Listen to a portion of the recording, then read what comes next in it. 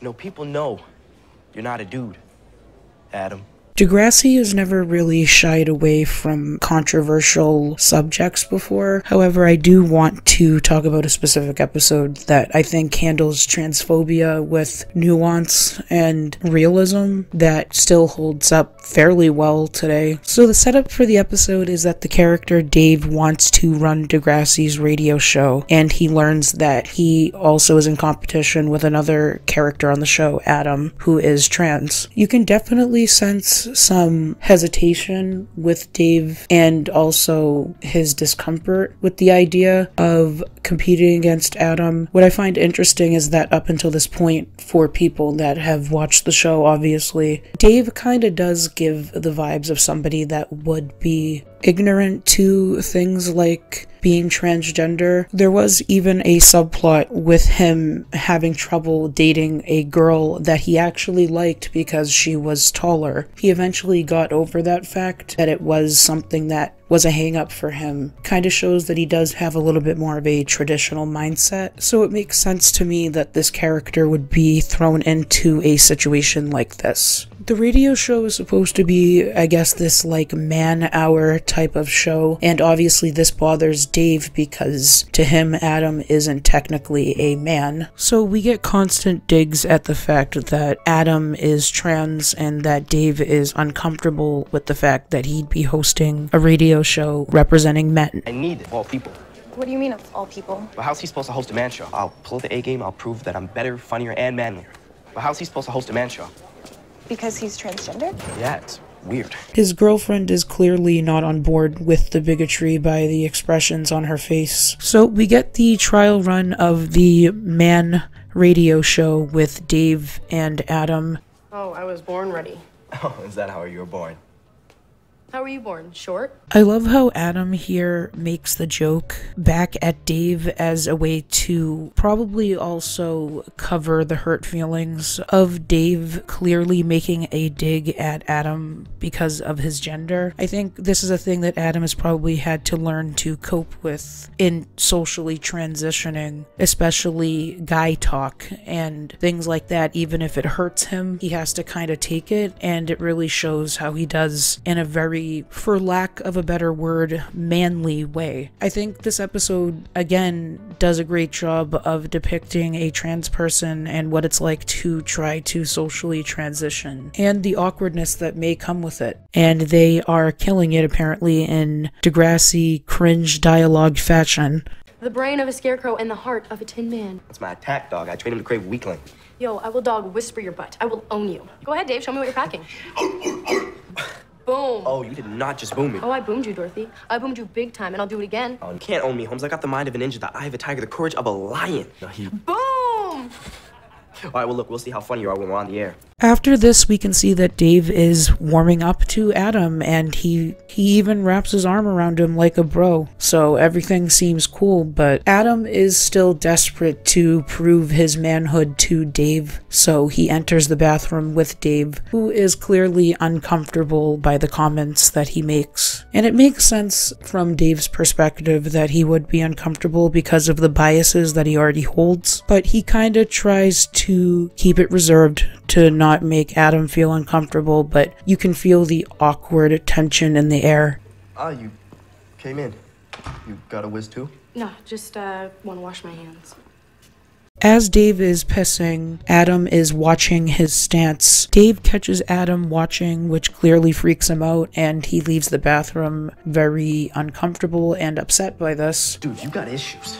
No, Dave. Of course, Dave immediately wants to quit, so he goes to Sav, letting him know that he won't be able to do the radio show. Sav lets him know that they've gotten a lot of positive feedback since they did the first radio show. Dave's father, who is also a cop at the school, found the radio show to be hilarious, so he wants him to continue doing it, and Dave then decides to continue even though he is clearly uncomfortable. Later, Adam explains the situation to Eli, one of his friends. No, I told you I wasn't sneaking a peek. I just wanted to check out his stance at the urinal. A stand-to-pee device. I got it online. But to Dave, it does make sense why he would feel uncomfortable, especially when we do see that the character was warming up to Adam and kind of letting go of those biases even for a little while, until they were kind of thrown back at him in the bathroom scenario. So later, Dave and Adam are working together for the next radio show, and Dave is clearly reserved and a little bit on edge around Adam because of the situation. Adam is clearly trying to work with him, but the atmosphere is awkward. When Adam goes to grab his pen, Dave flinches, and that triggers Adam to get angry, obviously, because Dave is acting disgusted with Adam. Again, the bigotry is frustrating, but it makes sense from Dave's point of view as somebody who isn't really educated or exposed to things like this. So Dave ends up going to the bathroom, and of course Adam chooses to follow him, which was the worst mistake because he's already on edge. And as Dave is peeing and uncomfortable with Adam in the bathroom, Adam continues to talk casually as if nothing is wrong and pulls out the device of all times when it's probably not the best time for that, Adam. What is that? Nobody said you had to stare. Oh, God. I'm sorry. I'm still trying to figure out how to work this thing. Oh, gross.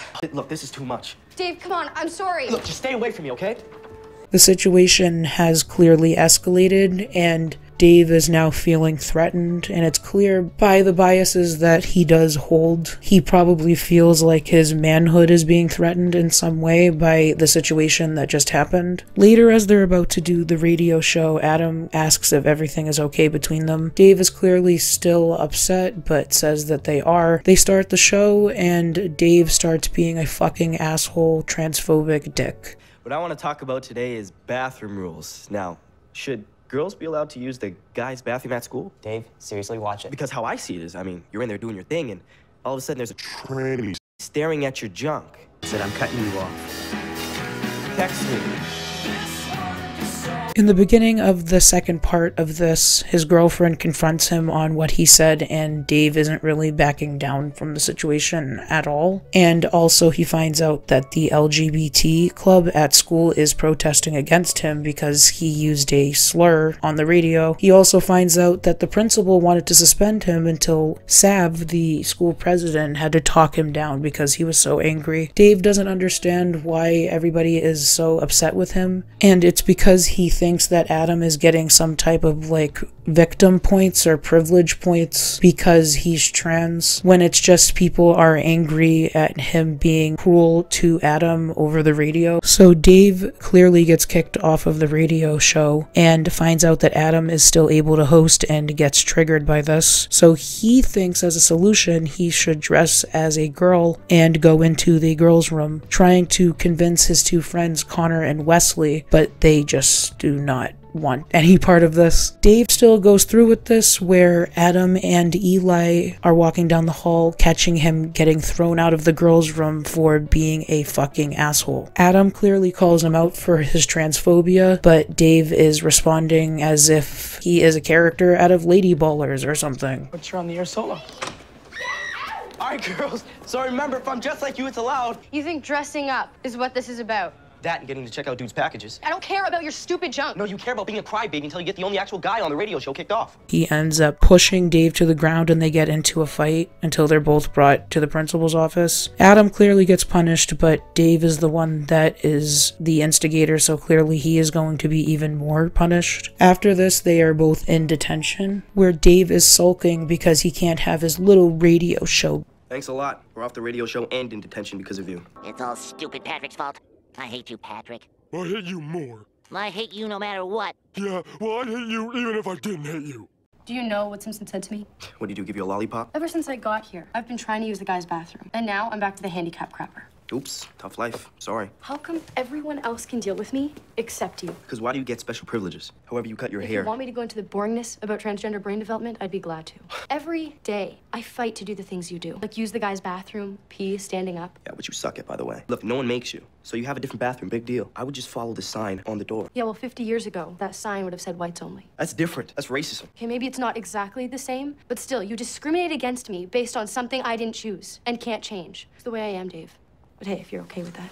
I also think it's interesting that Adam ends up bringing up segregation because that is something that Dave can culturally understand as oppression. The thing is, black people and trans people, although transphobia and racism are different, they both are rooted in bigotry, which is why both groups of people can understand from one another what it's like to be on the receiving end of prejudice. Dave's perspective, at least we start to see it kind of seeping through, that Adam isn't experiencing privilege in society. Adam is forced back to using the handicap bathroom instead of the public bathroom. Dave clearly sees where this has inconvenienced Adam having to wait to use the bathroom outside of the bathroom that is for people with disabilities, and also how indignifying it must feel for Adam that he's waiting outside of this bathroom when he just wants to use the public bathroom like all the other guys at school. I just want to do a little segue here because I didn't talk about either of the subplots. They don't really matter for this episode,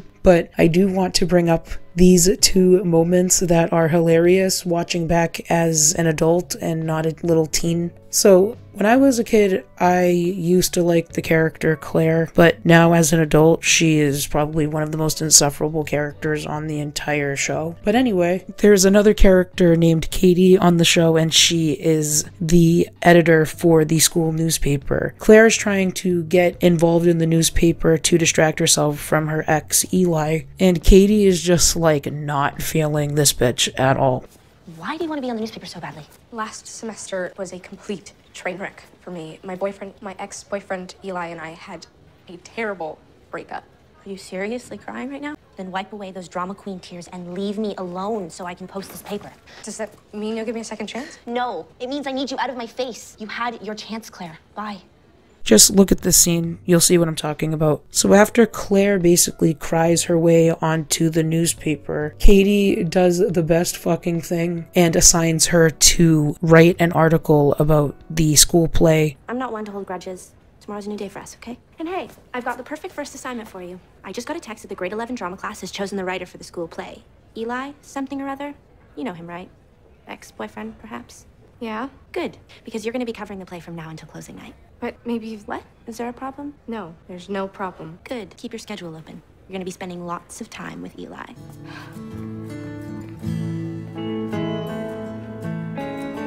This was probably one of the fucking best moments of the show for me for this character. Just seeing the look on Claire's face is just enough. Anyway, back to the main plot. So Dave ends up hijacking the radio room and making a speech that is very thoughtful and actually reveals how he has reflected on the situation. Those of you who don't know, the other day I talked about how I was surprised that transgender kids got to use the regular bathroom. I ran into that situation and I was freaked, okay? I can admit that. I used stupid, hateful language and I offended a lot of people, my co-host in particular. And I'm really sorry. I should have told him how I felt and, started a dialogue. So just let him finish. And if you guys let me keep doing the show, that's what I'll do. Talk about the tough stuff, ask questions, try and understand instead of judge. So, Adam Torres, you down for this? Depends. Are you gonna be pulling any other skeletons out of my closet? Nope, just one honest talk. So the question here is, what makes you a guy exactly? Tell us. No. The question is, what makes you a guy? Okay, I deserve that. You know you're a guy. So do I. But I got wrong equipment. What, you can't exchange? Maybe someday. Enough talk. The people want tunes.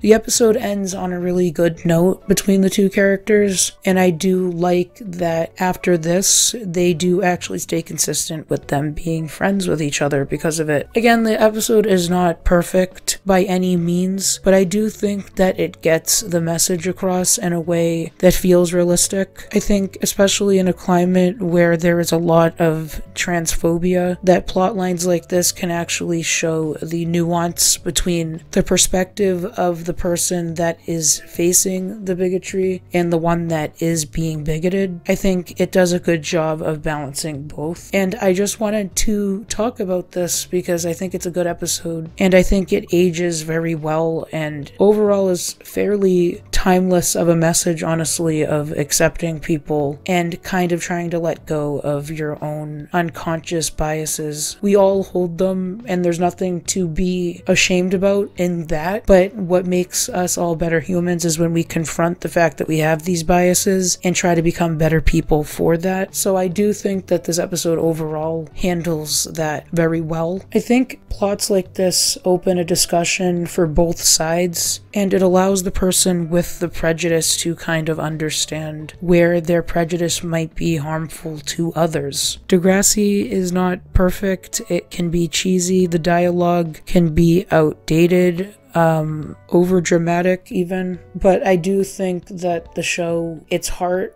is there, and I definitely feel like with this episode it was trying to depict both perspectives in a way that could feel grounded and understood, and I was pleasantly surprised by this. So yeah, that's it.